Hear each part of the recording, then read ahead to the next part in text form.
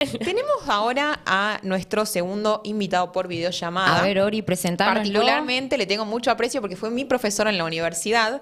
Es el doctor Omar Carranza, abogado y profesor de Derecho Constitucional. A Bien. ver, a ¿Cómo le ver. va, doctor?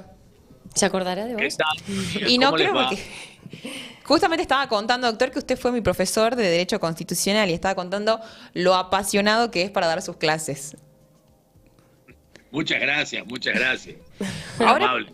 ahora particularmente le queríamos consultar por la famosa ley hojarasca que ahora está como en boca de todos. ¿Cuáles son los puntos principales que la gente tiene que saber sobre este proyecto?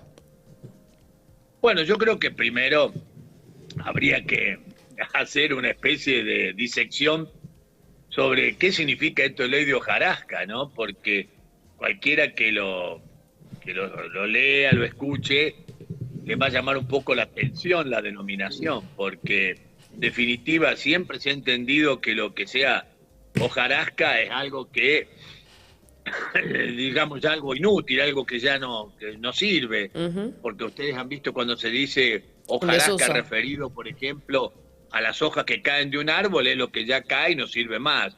No, Ujú. es totalmente inútil. Y en este caso, al decir hojarasca, yo creo que está queriendo decir que se trata de normas, de leyes, de prescripciones normativas que ya no tienen utilidad, que son obsoletas, que son contrarias a la realidad o que han sido superadas por otras normas que se dictaron a posteriori. Es decir, es buscar darle, digamos así, una transparencia, una claridad a la normativa que por la frondosidad que tienen la cantidad la frondosidad de las leyes en la República Argentina, a veces llevan a confusión, a contradicciones, lo cual es muy peligroso. Así que me parece, creo que esa es un poco la idea de esta presentación. Omar, particularmente, ¿es una ley que remueve obstáculos a nivel personal y también para el desarrollo en conjunto del país? Bueno, la pretensión, de acuerdo a lo que dice el envío de la fundamentación del envío de la norma, es eso, entre otras cosas. Remover esos obstáculos que pueden atentar contra la libertad personal y la libertad, digamos, comunitaria de los ciudadanos. Es un poco cierto lo que estás mencionando. Bien, Omar, ¿y nos puedes mencionar alguno de los ítems en que se divide justamente esta ley? Sí, primero que creo que, de acuerdo a lo que dice, un argumento es de que busca la seguridad jurídica. Eso es natural en un Estado constitucional de derecho. Buscar saber cuáles son las normas vigentes, las normas que regulan nuestros comportamientos sociales o personales y también el intercambio económico o el negocio económico, me parece muy claro. Y por tanto, creo que aquí lo que tenemos que tener presente es que si hay leyes que han sido superadas por la tecnología, por ejemplo, el paso del tiempo, y tienen que ser sacadas del mundo de la vida jurídica de un país. Las leyes que fueron sustituidas o están englobadas en otras, por ejemplo, me parece que también deben ser eliminadas. Las leyes cuya derogación, por ejemplo, implica avanzar en programas de desburocratización del Estado, y también parecieran razonables, ¿no?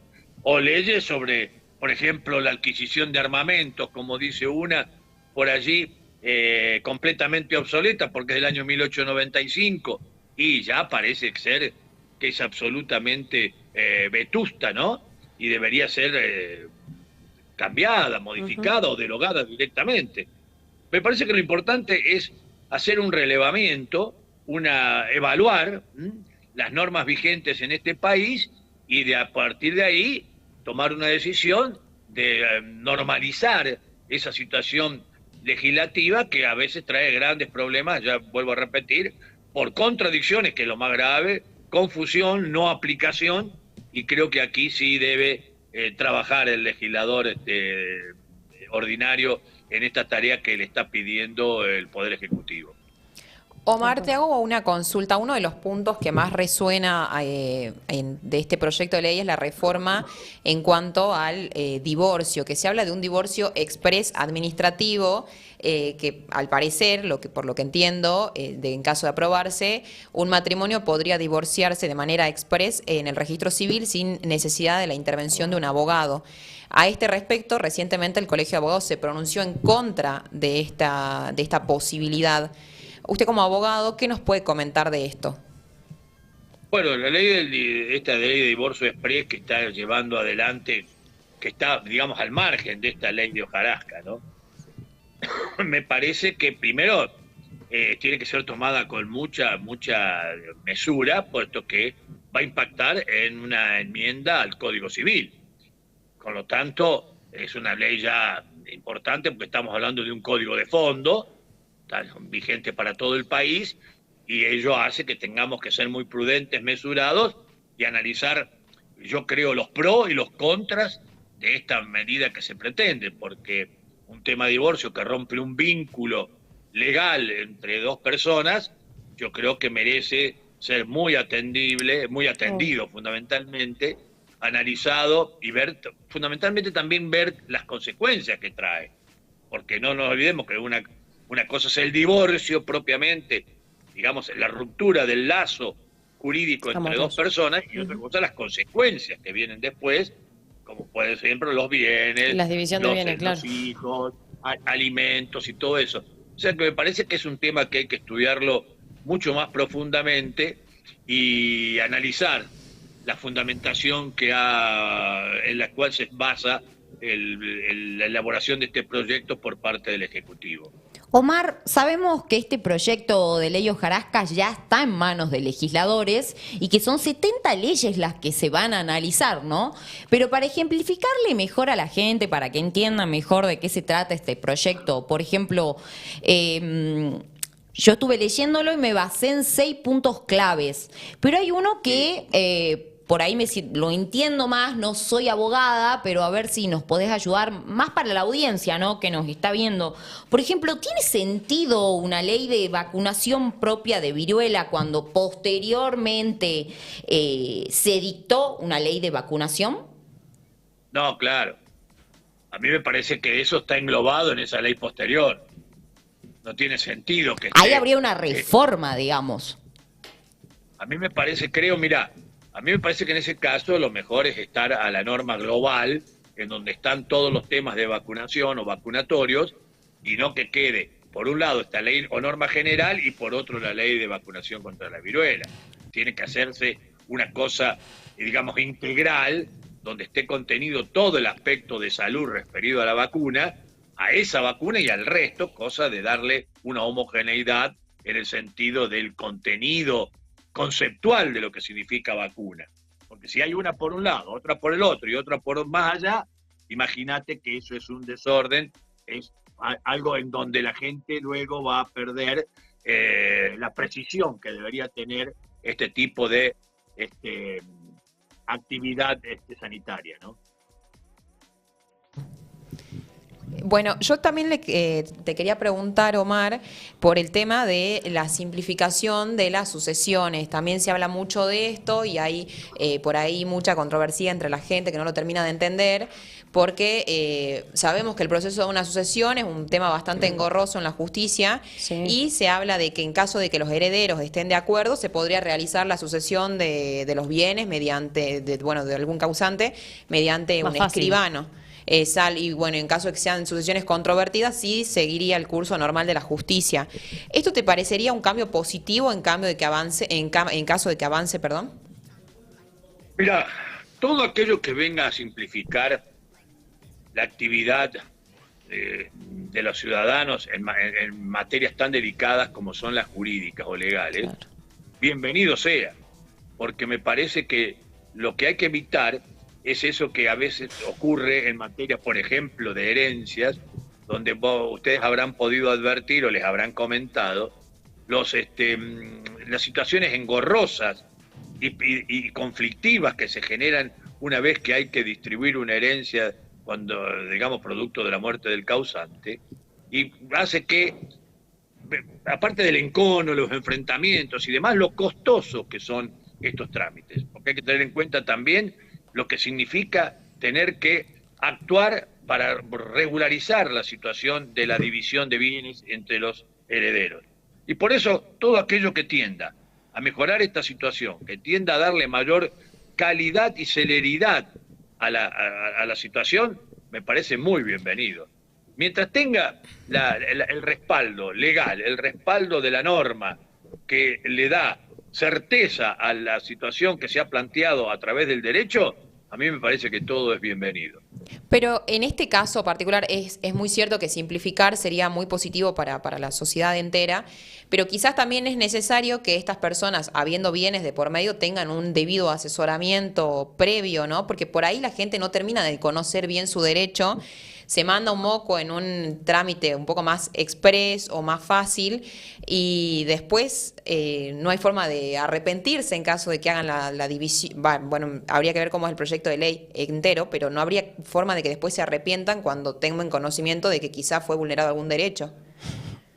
Yo creo que lo que vos dices es muy cierto, pero me parece, y como también dijiste, habría que ver bien el proyecto y si no hay estos resguardos legales a los cuales estás aludiendo, deberían ser incorporados como parte de esa normativa, cosa de que el involucrado después no vaya a tener ningún tipo de, digamos así, lamentables consecuencias por no haber estado bien asesorado. Eso no cabe ninguna duda. Sí, cuando se trata de temas jurídicos, lo mejor es estar bien asesorado para no pagar las consecuencias negativas a posteriori, ¿no? Omar, una consulta. ¿Vos pensás que este proyecto Hojarasca se da y se lo plantea por todo este avance tecnológico y de conocimiento? También te menciono inteligencia artificial, en donde ya casi muchas cosas quedan obsoletas y viejas para la República Argentina de hoy. Mirá, yo creo que tal cual dice una de las claves de la argumentación en la que se basa el proyecto de ley, es precisamente tratar de sacar del mundo jurídico leyes que han sido superadas, ¿no es cierto?, o por el tiempo o por la tecnología. A mí me parece que ahí está la base de uno de los argumentos claves. ¿Por qué?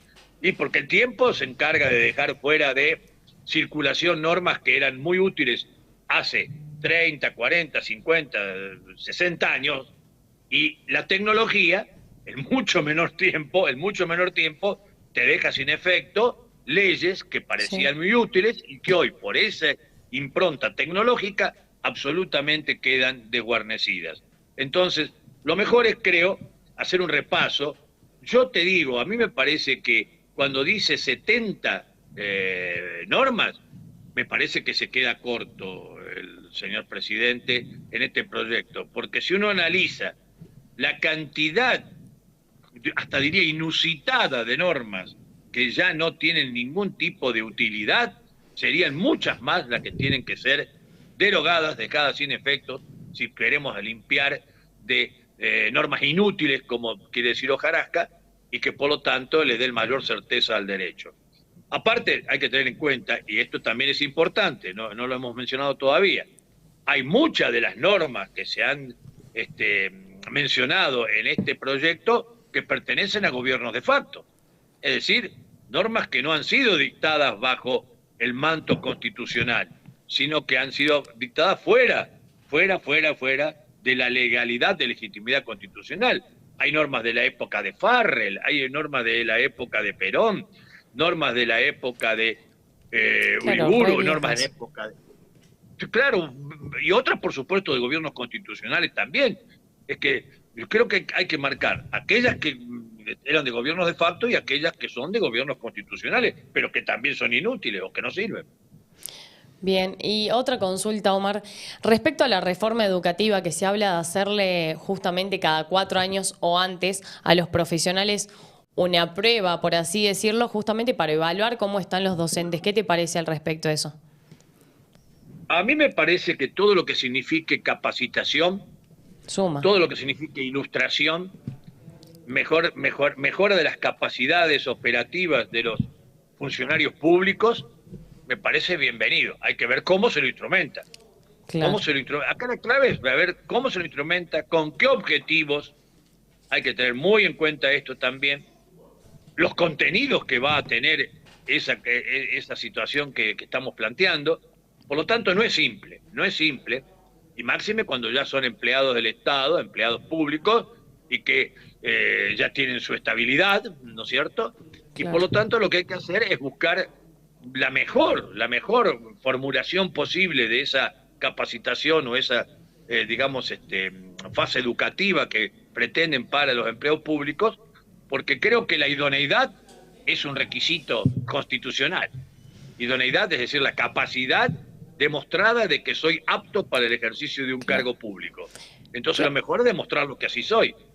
Y si ya estoy trabajando y necesito experticias que no tengo, pero que son necesarias para la función que desempeño, mejor capacitar, mejor darle esos elementos al empleado, y de esa manera seguramente el producido del mismo, el funcionamiento de la institución, va a mejorar notablemente en la medida que tenga empleados más capacitados, con mayor conocimiento, y también conocimiento no solo de lo que es la aplicación concreta de lo que le toca hacer, sino Claro. también con mayor conocimiento de la función que le corresponde al empleado público en aras de los objetivos del bien común, ¿no? Y después iba a ver justamente reflejado en los estudiantes, yo creo.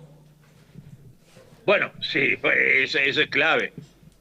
Bueno, por la parte, que si te referís a la parte universitaria o secundaria, yo creo que sería la propia decisión de estudiar, la propia decisión de seguir una carrera universitaria te va dando las capacidades necesarias para el ejercicio de la tarea que hayas, digamos, elegido. Si quieres ser Tal cual. abogado, médico, ingeniero y demás, todas las capacidades al respecto te las va a dar la universidad. Y si ya vas preparado hacia un cargo público con esa base educativa, no cabe duda que vas a estar mejor perfilado para ocupar un cargo en la administración pública, y que por supuesto luego se puede seguir perfeccionando, cosa que es absolutamente loable que así sea. Totalmente. Bien, Omar. Bueno, doctor, muchísimas gracias por su tiempo.